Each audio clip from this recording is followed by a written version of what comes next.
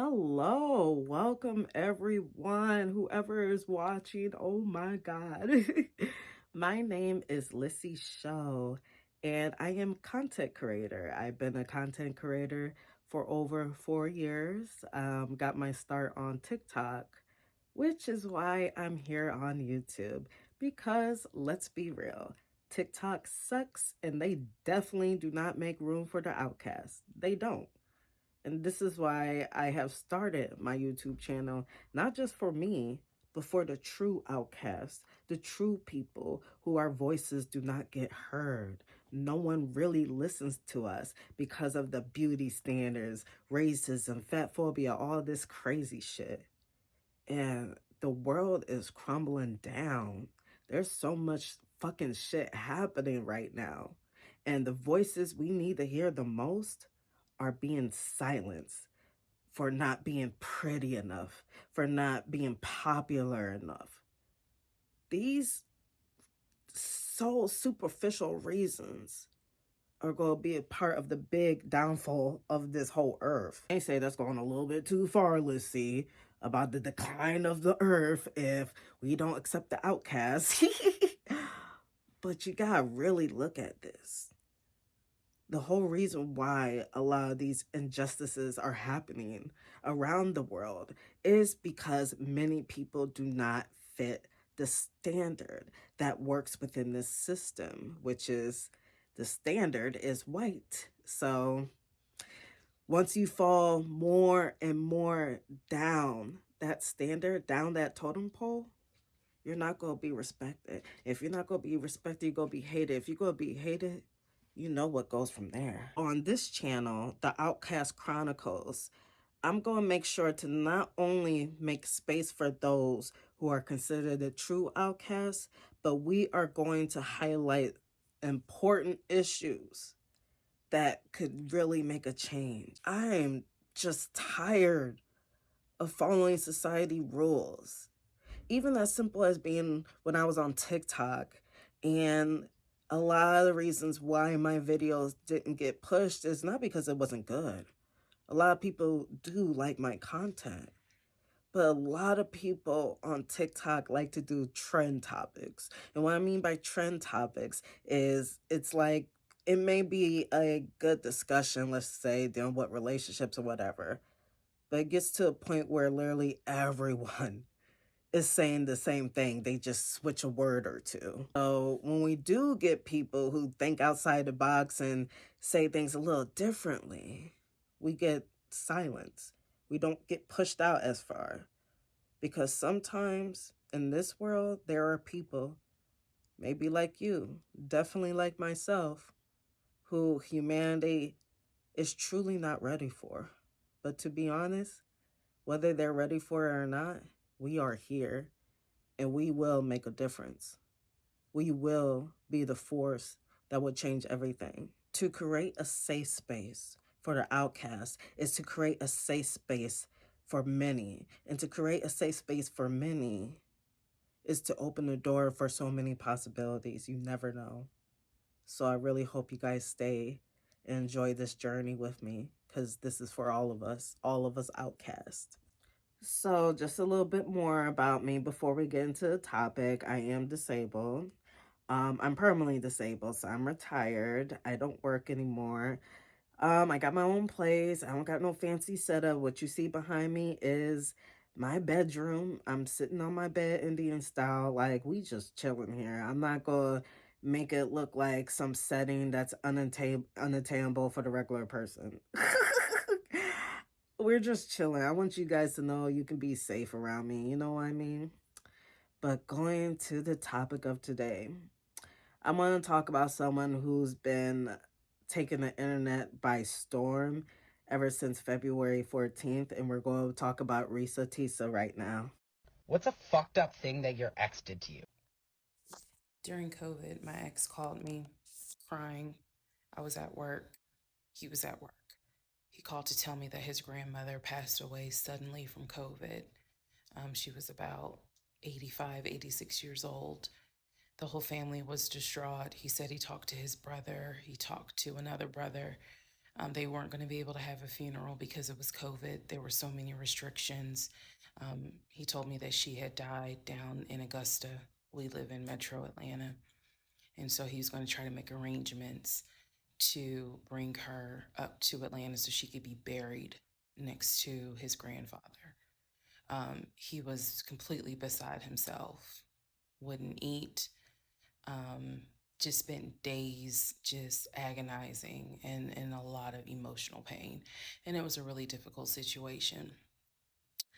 Later on, I then discovered his grandmother died in 2008.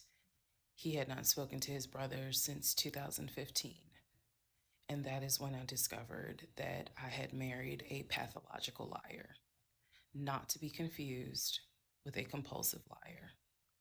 He made up everything, made up relationships, made up family members who had been dead for years. He pretended to have phone calls. He forged fake documents to try to buy a house. In the end, the only thing that turned out to be true was his name and date of birth. Even the information on our marriage license was complete fabrication.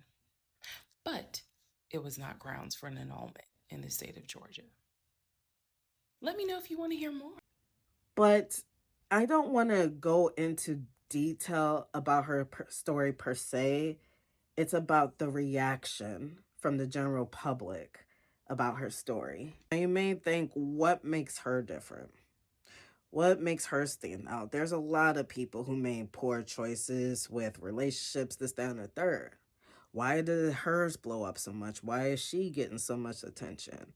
And now it's coming to the conversation, well, why are you showing her so much attention? People who look like her, they always go through this and that. It's turning into a whole fat phobia thing. And now people are just dragging this woman simply for sharing who she is and something that happened with her. And I'm going to put information in the description box so that way if you want to watch her whole story, which I fully recommend, please go check it out.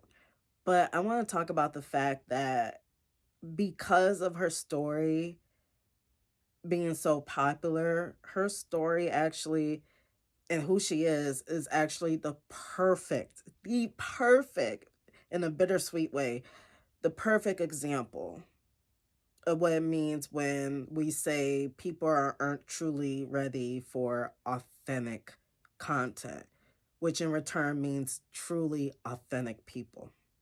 You guys are not ready for that. Because even though you may say, well, Reesa's story, a lot of us have moments where we were dumb over a guy, this, that, and third. What makes her different? What makes hers different is her confidence of what she speaks about it. Her storytelling is amazing. And one of the most relatable things about her is she is seen as a regular human. She doesn't fit the unrealistic beauty standards, which beauty standards should be demolished completely. But because a woman who looks like her is getting so much attention for literally just being who she is and sharing an experience many people have, they don't like that. The world is not ready for that. This is too soon. A woman like her getting everything she wants just for being herself. She didn't have to change herself. She didn't have to conform herself into a certain persona or nothing. She was just Reesa. And so many people are so mad at it. So mad. Even people like the Breakfast Club, they are now bashing her like, what is it about her? She's doing big back activities or wherever the fuck they want to call it. But they really believe that, you know what, even though she went through that, we don't care where she was mentally. We don't know what she was truly going through, whatever case may be. It doesn't matter because women who look like her, they all do that. This is the stereotype that's going on right now that, oh, all plus size women, like including someone like me. Now it's like, oh, you guys are always desperate anyways. You guys always do this. What's this? Because if humanity was truly not only ready, but okay with the fact of someone like Reesa being able to blow up like she did, To be honest, we wouldn't really have a lot of issues we got going on right now, to be honest. Even maybe her story. Um, you're not ready for us. Society is truly not ready for humans to be humans. We may sit here and preach about all day on things like social media, what have you. But if you notice, if someone starts, blowing up on TikTok a little bit, becomes an influencer, content creator as time goes by, but specifically for some people who don't fit the beauty standard, you notice even similar to celebrities, when people get more popularity, get into certain spaces, this, that, and the third, things about them change. All of a sudden, people need to lose weight and do this and do that so that way they can conform more and more to the beauty standard. Now, this is not me saying losing weight is bad. I lost almost over 100 pounds. My point is that the closer you get to, I guess you say, fame or being recognized by many, whatever case may be, eventually the more they're going to push you to be more digestible, to be more presentable, as they say. And then they're going to try to conform you the closest way possible to the standard they think should deserve the spotlight. Reesa did nothing wrong. She did nothing wrong except for be like, hey, this is me. I'm going to let you know I made some bad choices. I made some bad mistakes. And some people won't be proud to be open about stories like this, but even if I could save one person, that's all that matters. That's the only thing she was worried about. But so many of you are worried about the absolute wrong things. It's almost as if you guys all of a sudden forget, once somebody becomes more recognized, you forget it's possible that they did make those mistakes or bad choices. So once you find out more and more about someone, all of a sudden you take down all these things about them and demolish their character and try to make them into something that's not worth the shine, not worth love and attention and who knows what. It's not fair, man. It's not. Reason why I wanted to talk about ReesaTeesa is just to open up, to show people what I'm about. I want to fight against this. Reesa should be able to grow and flourish just like anyone else who told their stories and open up. And the fact that people say we need more authentic people, too many people are mediocre, this and that. And once you get it, what do you do? What do you do except for try to demolish it? Because many of you are jealous. You guys are jealous at the fact that, damn, I had to do this, I had to do that, I had to do this, and all she had to do was be herself. How is that fair? You guys gotta realize that the more we keep going down this path thinking that eventually we all have to conform in one single way, the more this world is going to sink further and further. You may think we living in a times where there's so many different people, but originality is fading more and more. Being authentic is fading more and more. And when we do find people who are truly authentic, truly original, we run them away. Remember lip gloss? What do you guys think? Anyone who's a true outcast out there, comment below. Let me know your thoughts about this situation. If you want me to talk about certain things, if you have any suggestions, just let me know. Like I said, this page is not only for me, it's for all the true outcasts out there. And I'm going to be discussing a lot of topics like this, and also discuss ways we can navigate around this, because we have to figure out a way to beat this. We have to figure out a way to destroy the beauty standard system. We have to figure out a way to fight these systems that oppress people like myself and Reesa from truly shining. So thank you for watching the first episode of the Outcast Chronicles. I really hope you enjoy.